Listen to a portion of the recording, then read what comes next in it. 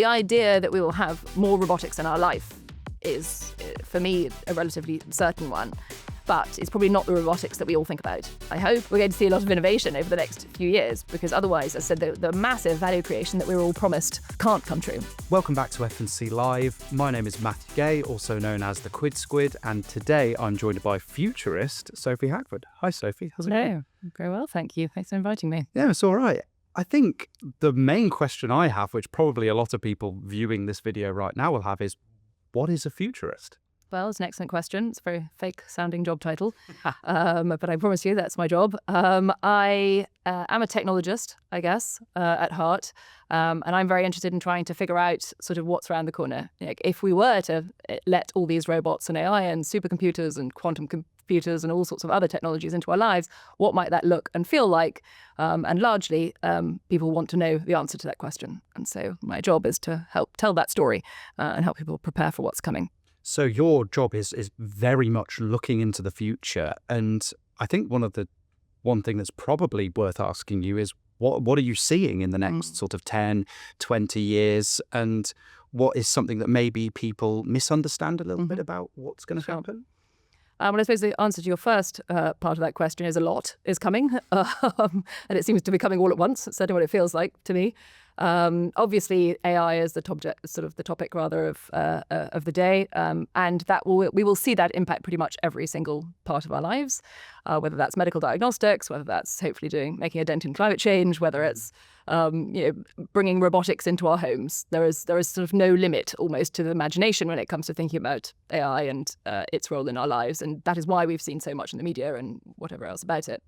I think in the next 5, 10, 15 years, probably the thing I think is most, I would say misunderstood, but misappreciated, if that's a word, underappreciated, is the role of space in our lives and the space economy particularly, not so much what sort of governments and others are doing from a government level perspective, but more how the commercial element of the space world is going to impact what we do here on Earth. And I think that's something that I think most people think space is sort of a billionaire's playground, or it's where sort of NASA does these amazing missions. But I think we're moving from sort of missions to infrastructure.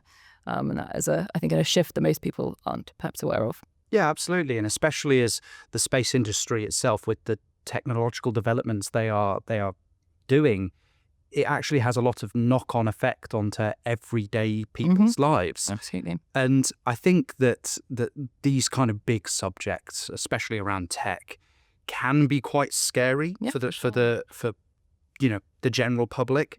So where do you think all of this is? I know this is a very open-ended question. Where is it all heading? Where are we going to? Well, if we take space as an example, which, as you say, is a very sort of scary and difficult topic to get your arms around, I guess. The short answer is we're building an orbital economy, and that orbital economy will go some way to supporting our economy here on Earth, but also will create a lot of new value in space. What do I mean? I mean, we're building data centers in space. We're building manufacturing facilities in space. We are building solar power stations in space. We're refueling satellites in space. There's all kinds of the infrastructure we expect to see here on the planet being replicated in space. We're going to have a lot of humans with off-world addresses. We are building, I think at the moment, between 10 and 12 space stations to replace the International Space Station. Each of those space stations will have humans on board who won't just be sort of NASA-trained astronauts, but they might be people who work in R&D for a medical research company, or people who are making semiconductor components, like all the kind of community, I suppose, of new sort of space folk who will have essentially payroll in space. And most people look at me like you're looking at me right now, which is of total disbelief. But am I making it obvious? Yeah, you are a little bit, yes. But by 2030, we know that the International Space Station is going to be decommissioned. NASA doesn't want to be a landlord anymore. It wants to be a tenant. And all of these private companies, of which there are, as I said, at least 10, are pitching and experimenting to put space stations in orbit. And as I said, that will be a sort of industry of its own. And on top of that, as I said, manufacturing facilities, manufacturing robotics that can unfurl big telescopes or unfurl big solar panels, or anything else that we need in space is all being experimented on at the moment. So before we go into the investing side of this kind of future technology, what can the average person do to prepare themselves from just a general human standpoint for all this? Because it sounds very, very exciting, but also scary. Yeah, I mean, I'm an anthropologist by training, so I am not a rocket scientist by any stretch, and I would think I am an average person in that. And so I think, like anything, it's reading up on a subject and getting excited and interested. If it's something that interests you, there is a wealth of information out there about people who are building incredible, extremely high-value companies in this space. I mean, SpaceX is a sort of obvious poster child, probably one of the first big private space companies to really get any name recognition, I suppose, in the general public. And what they're doing from across the whole space, not just rockets, but also Starlink, internet connection, moon ambitions. They're sort of doing a moon pivot at the moment, heading to the moon apparently in 2027. So all kinds of elements of that, I guess, vertically integrated business that SpaceX has is fascinating to look at and read about, and the videos of launch were incredible. You know, for me, space is a very cinematic thing to observe from a space economy perspective. And so, yeah, for me, if you're interested in that kind of thing, there's plenty to get excited about. Yeah, absolutely. And with the kind of research behind that, as well as people are starting to look more into it, especially the theatrical side where they're seeing it in the movies, which is sometimes a little bit of a look into the future of what people are thinking. How can someone say, if they wanted to not necessarily put themselves into the economy by actually, you know, contributing to it, but if they wanted to, say, start investing in it, what do they need to look into? What do they need to research with regards to space, or maybe even like AI and stuff like that? I mean, there's plenty in the public markets to look at, and I would, you know, take no investment advice from me, all the disclaimers that go with that, but it should be treated like any other sector. You know, if you want to get into mining, you do a ton of research on mining companies and what they're doing, and I think the same applies to space. There's nothing unique or different about it, and you certainly, as I said, don't need to be a rocket scientist to understand what's happening, but there is a burgeoning ecosystem of these small companies, most of which are, or a lot of which I should say, are waiting for an inflection point that will apparently come this year, which is when SpaceX's largest rocket, the Starship, is able to start not just taking off from Earth, but returning to Earth. So, and the payload, the size, the capacity of that rocket and its launch cadence, so the ability to launch maybe even several times a day, will transform our ability to be able to get stuff into space, get people into space. And again, I think that is an inflection point in that space story. Again, you'll learn that from the research that you would normally do if you were thinking about investing in. So I don't think there's anything different that needs to be done. But it's extremely risky, obviously, like everything. But it's a new industry, isn't it? Yeah, So, for sure. But I think pretty much everything's risky these days, isn't it? Absolutely, so, you need to, of course, the whole risk there. Yeah, exactly. But with the developments in AI, how does that link to, say, space travel and the space economy? Yeah, well, we're not very space-worthy as a species. It's going to be very difficult to keep us alive in space. I think the majority of the majority of the activity, I suppose, that happens in space will be and is already robotic. So autonomous, either teleoperated or autonomous robotics and factories, sort of service stations, all the things that we're going to need to smooth this path of the space economy are going to be directed by, I suppose, orbiting AI. We will have data centers in space. We already have satellites that can think before they send their images or their information back down to us. And with that same sort of mindset, you can imagine, okay, well, if we've got a million satellites with AI on board, then that is essentially a data center. And that's certainly Elon Musk's approach, that he wants to create a million satellite data center off Earth. And there are many reasons to do that. So have AI in space to help direct your space assets, but also because everyone is rightly, I think, confused about how we're going to maintain AI infrastructure on Earth.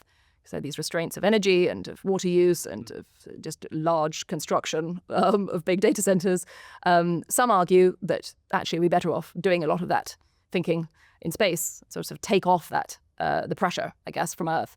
And so having orbiting data centers provide two roles: one, to solve some of that compute need that we have for AI here on Earth, but also people posit that we'll use orbiting data centers as cold vaults, as a place to store data and information for a security perspective, so that you, I suppose, de-risk having all of your stuff in a data center here on Earth that might be a target. So when you're saying cold vaults, is that referring to keeping things at a low temperature to be able to them to sustain for longer? No, not necessarily. Sorry, I just meant cold vault in a sense of like somewhere that you keep, like a Fort Knox type situation. Oh, vault, yeah. not vaults. Sorry. Yeah, no. Sorry, I think the way that kind of, for me, linked in my head there was that I think a lot of people are focused on how AI data centers use a lot of energy, especially for things like cooling. Yeah. And that's having a knock-on effect to the climate. And so people are worried that is going to have, a big cascading problem that's going to be into the future, us seeing problems with our environment. But also at the same time, I think there's this also general a little bit of, hesitancy and fear around AI I know we're talking about satellites in space right now, which kind of immediately to me thinks Skynet kind of thing. But do you think there's anything that people do need to be worried about AI, or is it more of an opportunity, or what are your thoughts around that?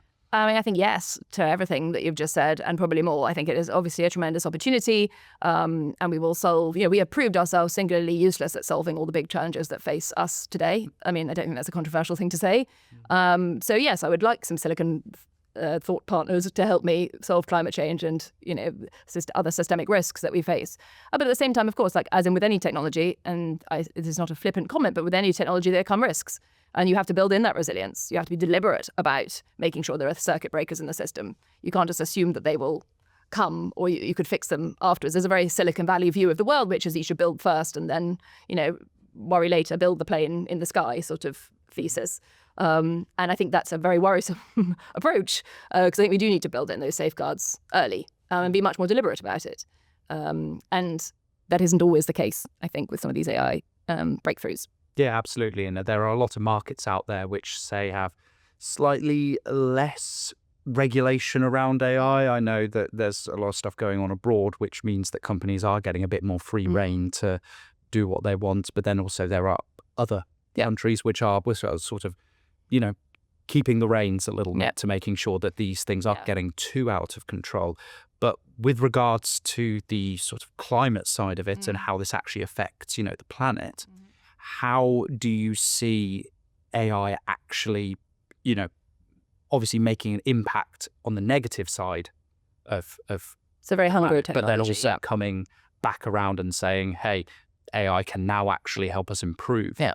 Well, what kind of do you see as the balancing point? What do you see AI being able to achieve in the future to help, try and bring our planet a little bit more back to I us? think the main thing to point out is that AI doesn't know it needs to solve the climate.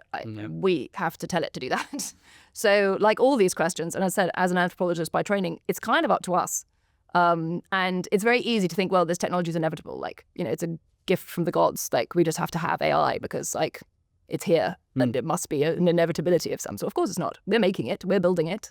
I think that it's a human question that we have for a lot of this stuff, particularly, as I said, around regulation, about control of these technologies and the off switch and all that kind of stuff. We're seeing this raging in the media today with Anthropic and the Department of War. This is not the first and won't be the last of these sorts of conversations where we figure out where is that limit and how do we nudge these technologies to do things that we want them to do as opposed to things that we don't want them to do. And as you say, there will be jurisdictional arbitrage. There are places in the world where there are fewer regulations. There's really few regulations, and that's in space. And so whether that'll be an autonomy playground, I'm sure, because the rules aren't set necessarily. I mean, there are obviously some rules, but that is definitely a Wild West when it comes to regulation. And so naturally, technologists are drawn to places where they're allowed to do an experiment on what they want to experiment on. So as you say, there'll be a geographical element to that as well. It's just whether they get the pressure to actually pursue these kind of things, because obviously we know there's so much money in like the defense industry, as you were saying, AI using in more military sort of cases, and especially what we're seeing going on in the world right now, and the use of AI. I think that with AI becoming more of a prominent feature, especially it's in people's phones. I was using an example earlier about how it helps me write descriptions on my social media. There's actually not just ChatGPT or Gemini or all the ones that are kind of general stuff, but platforms are now starting to build them in to their platforms, and everyone's kind of adopting it. And I kind of guess it comes to the point where even if we do see it starting to become a problem, it's too late because everyone's seeing that kind of progress. But if you define that as progress, yes. Yes. Well, do you define it as progress? Well, social media being written by AIs to talk to other people's social media written by AIs. I think if I was to list 100 things I think needs to happen in the world today, I doubt that would be on that list. Do you know what? I as someone in the social media space, I'm inclined to agree with you on that one. I think I'll circle back to that one because one of the things that we've spoken a lot about at the moment is AI space, and these are all examples of obviously trends. So what trends are there out the moment that are out there at the moment do you think are overhyped? Because we're seeing all this news about all the AI and stuff, and everyone's thinking, yeah, great, but what's the flip side of that? What do you think is getting too much limelight? Yeah, I mean, I hate to bring it back to AI again, but I do think AI is definitely taking up a lot of oxygen in the room, not because it's not important, but because there's an awful lot of other things happening too. And robotics, so the sort of physical hands and legs of AI are arguably the cutting edge of AI at the moment. You know, we've had the large language model sort of explosion. Everyone's got very excited about that for a very good reason, I'm sure. But I think the robotics end of that is very exciting. I think the idea that we will see, you know, robotics in our lives, not probably as much of the humanoid variety, the ones that we are used to seeing perhaps in the movies that you mentioned, or on people's press releases and whatever else. I think the humanoid form factor probably will take longer to become useful in our lives, but sort of what I would term robotic infrastructure, the fact that the landscape around us is becoming smart or smarter anyway. The idea that your house or your office or whatever else might have a lot more AI and physical robotics in it, I think is a very compelling one, and getting cheaper and cheaper with time. I mean, essentially, if you really wanted to, you could have a sort of 5-star hotel experience at your home, because you could essentially have a butler and a security guard and a chef and all these other things by getting all the smart machines and, you know, hacking them all together. If that sort of cost of labour that you would have to hire people to do around your house goes to nearly zero, then, you know, that's a very different sort of future that we're facing. So I think the idea that we will have more robotics in our life is, for me, a relatively certain one. But it's probably not the robotics that we all think about. I'm thinking more delivery robots, inspection robots for big facilities, hospital robots, sort of not exciting robots. So not your Wall-E, like. Sure, if you want, but you know, mowing your lawn or whatever else. But sort of more blending into the background, I suppose, as opposed to being front and centre. Waymo, for example, an autonomous vehicle, that is not something you want to be exciting at all. In fact, the whole point of it is supposed to be very unexciting. It's supposed to be a vehicle that does the speed limit. Yeah. Like, that's the only goal, really, that we have for that, safe and everything else. And so far, you know, doing extremely well from a safety record perspective. But there are humans in the loop. You know, that is not a fully autonomous solution yet. In fact, there was a Senate hearing quite recently where there are contractors that Waymo was talking about, you know, who work sort of in the background to take over if there's a software glitch or whatever else. So that fully autonomous future, I think, is still a way off. So talking about Waymo and obviously automation in cars, do you think there will be a flip, as we're seeing in the car industry at the moment, where with the rise of Tesla, you were seeing a lot of the electronics go straight onto a screen and everything was super technical, super futuristic. And now in the car industry, car manufacturers are starting to say, hold on, actually, from our research, people kind of prefer buttons to screens. Do you think there is the possibility that there might be a little bit of a rollback in that people will say, the first thing I thought when you said that was, I bet those buttons won't do anything. We'll just say, you press this button and the car will just get on with whatever it was going to do to start with. I mean, there's this sort of famous, I suppose, concept at NASA, which is that it's very difficult to keep astronauts awake or alert, because most of what is done is automated. And so actually sometimes you have to create processes to keep the human alert. And there is a fear, of course, that if you're sitting in an autonomous vehicle, you know, that's very sophisticated, that you may end up just falling asleep at the wheel because you're not doing anything, you're not paying enough attention. to be able to remain alert enough. And so maybe we will have to put those buttons in just to keep the humans alert. But actually, maybe the buttons won't do anything. Well, I guess it's about keeping the brain moving, Yep. which goes perfectly into talking about social media, because as someone who, over the past 3 years, social media has absolutely changed my life. And I hope I've been imparting information on people that changes their lives about financial education, teaching people how credit cards work, what a bank actually is, and what a mortgage is, what interest is, all the things that actually affect people's day-to-day lives that they're not really teaching you in school. But there is a growing problem at the moment in social media where not only I'm coming from a virtuous standpoint in that I'm trying to help people. There are a lot of people who aren't trying to help people. There is a lot of money in social media, and there are deep fakes, there is just information overload. And as you say, people are, you're trying to keep astronauts, their brains moving. A lot of people these days, I know I find myself in my bed just going like this on social media, and I'm absorbing information without actually fully appreciating and critically thinking that this is necessarily a bad thing. So I think the overarching problem is trust. And so do you believe that trust is now something that we really need to focus on? And is it becoming harder and harder because of social media? I'm not on social media, and I haven't been for a very long time. I was on Facebook, I think, for about 5 minutes in 2005. I personally believe that the personal tax and societal tax is too high. That yes, there are good people on social media telling us useful things, but to me, there is as I said, the tax on society and the tax on me personally from a privacy and security perspective is too high. So I have made that decision, and that is my position on social media. Now, trust is something different, because trust it works across all technologies and is important across all technologies. Otherwise, we're not going to use them, and if we don't use them, there's no point in having them. I think the trust point about artificial intelligence is actually a really important one, and one could argue that overlaps with social media because obviously they're starting to get integrated, and and have been I think for quite a while. The trust when it comes to artificial intelligence is important because we need to trust the output of a model. We need to verify ourselves. I need to be able to say I'm me, and this is what proves that in a transaction or in a virtual environment or in a real environment. And we also need to validate the media around us or the environment around us. We need to be able to do all of those things for the economy and for society to function.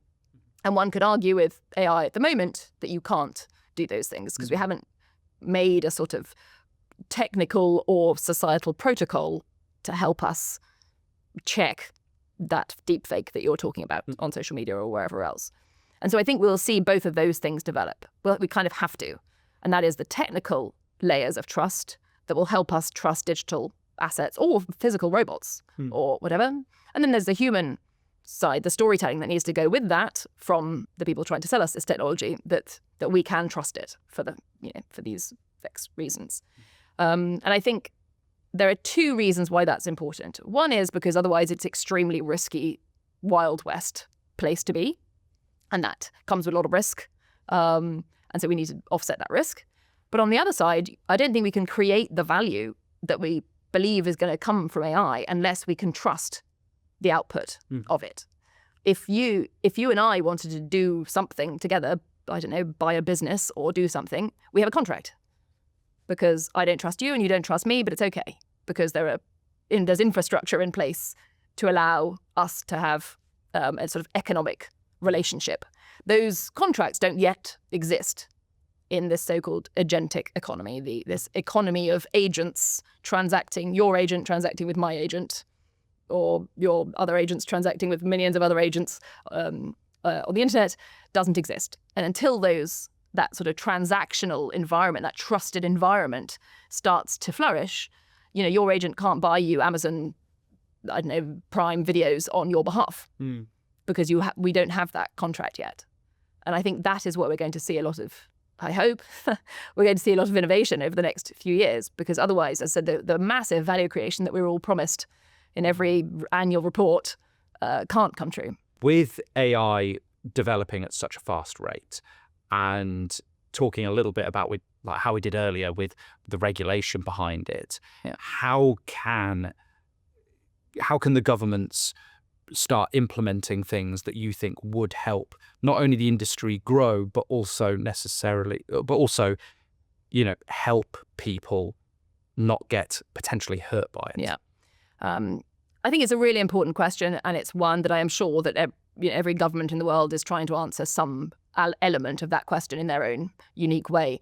From my perspective, I think there needs to be much more focus on responsible AI. I think you can probably count the number of AI safety researchers in the world, on, if not two hands, then not many more than that. 3 hands, yeah. Whereas you count the number of people working in AI around the world, it's obviously a lot more than that. And one could argue, if you're worried about existential threats to the planet, that's slightly off kilter. So I think the encouragement and training of people whose life and philosophical pursuit is to try and figure out how we can manage and, as you say, let these technologies flourish, I think is a very important thing. And there are many ways that you can do that commercially as well. Like the ARIA, the UK's sort of equivalent of DARPA kind of research initiative, is all about sort of putting out a prize for people to, for trusted AI. Are there ways to kind of have what they call in cybersecurity a kind of bug bounty? Can you break systems? Can you figure out ways to break an AI platform and cause it to do what you don't want it to do, so that you're encouraging better safety of networks. So I think there's a safety element to it, the safety of the technology itself. There's a security element. There's the ethical element. There's like any technology, the underbelly of every technology is the same, and all the questions that we ask about every emerging technology is the same. How do we protect society against the risks of fill in the gap, quantum computing or whatever it might be? And we certainly need more research in that, so that governments have got things to choose from. I also think we need better storytelling. We are, I think, inundated with negative stories about AI for lots of reasons, and those are a lot of the time very good stories about compelling, I should say, stories about artificial intelligence. But if you're not confronted with a bunch of scenarios, good and bad, then it's difficult. How do you choose? How do you know what you want to work towards? I always say there should also be a white mirror, not just a black mirror on TV. Not because Black Mirror is so good and I can almost not watch it because it's just too unbearable. But it's so good, but it can't be the only option. Because all that does is cause you to sort of not want to engage with the world, right? And certainly not want to engage with technology. Whereas there must be lots of scenarios that we could imagine where things could go right. And I think we need to have more of that storytelling so that people can understand what are the range of solutions that we could start working towards. What kind of aspirational world do we want, as opposed to just sleepwalking into one that has been handed to us. It's kind of more of an uphill battle, though, especially with the way that news is pushed out to people on all sorts of platforms and with traditional media as well. And with media, especially over the years, really quickly figuring out that negative news does better than good news. Do you think there is something that needs to be done about the way the news is pushed out to us, where it is a little bit more factual rather than necessarily more biased towards making things sound worse than they are? Yes. Yeah. There you go. No, that's all I wanted. Yes, no, because I completely agree. When I see a lot of AI stuff online, I see it from a very, very negative standpoint. And as someone who is open to it and it affects my job, I think that there is a responsibility for people for the news organizations to put a bit more weight on what they're saying and think, hold on, I know I can get this to go, you'll never guess what AI did today. Oh, it tripped over an old lady, kind of the... No, I think there are responsibilities on all of us, though, as well. And I know that's a flippant thing to say or an easy thing to say. But I think we all... I don't want to wait, I suppose, that's what I'm saying, for the government to come round to making it safe for everyone. I think we all need to be better stewards of our online life, or more cautious stewards, I should say, of our online life, because at the moment the rules and regulations are not there. The technology, like the trust technology that I'm talking about, is only there experimentally. It is not widespread, and so I think it's on all of us. To do that. With people obviously started to think more about it, and if you are saying, look, we all need to make a bit more of an effort to really appreciate, do the research, come up with your own thoughts about this kind of thing, what mindset do you think the average person should adopt when thinking about the future as someone obviously who does it for a 9 to 5? Yeah, I think it's probably just curiosity. There will be something out there that'll interest you more than other elements of the sort of technology buffet, for want of a better word. I think curiosity and creativity. I mean, the way that I think about the future is very much in a systemic way. I'm not so interested whether it's going to be Claude or OpenAI. I'm not so interested whether it's going to be that robot or that robot. What I'm interested in is what happens when there are a million of these robots out there in the wild with us, and what is that going to look and feel like. So it's more general trends rather than specific. Well, yes, and within that lens, you can then look at specifics. Once you have a better sense of, okay, what happens if we move a ton of infrastructure off Earth? How much of an impact does that have on our everyday life here on this planet? What can we see from space now that we couldn't see on Earth? You can track insurance assets from space. You can monitor climate change from space. That it changes the way that you think about our terrestrial economy. And so I think the ability or the openness to change your view of something, if you imagine technology to roll out as it's promised to, I think is a very useful mindset. I think a lot of things are going to change a lot. Yeah, and with all these changes, are there anything you think specifically people are either worrying too much about or not worrying enough about?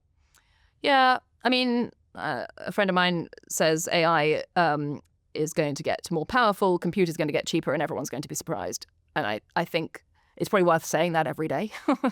I think a lot of people are going to be very surprised at the power that artificial intelligence and plenty of other technologies are going to have over the next few years. And that's quite a difficult mindset to get to embrace because we're not used to that kind of accelerating change. And it does feel very fast and it does feel very intimidating as a result. In a way, we should worry about everything and we should also be excited about everything, which is a lousy answer to that question because it's so general. No. It's a great answer because it's simultaneously, it gives people a sense of you should just pay attention to this kind of stuff. It's not necessarily something you should worry about. It's not necessarily something that you shouldn't worry about.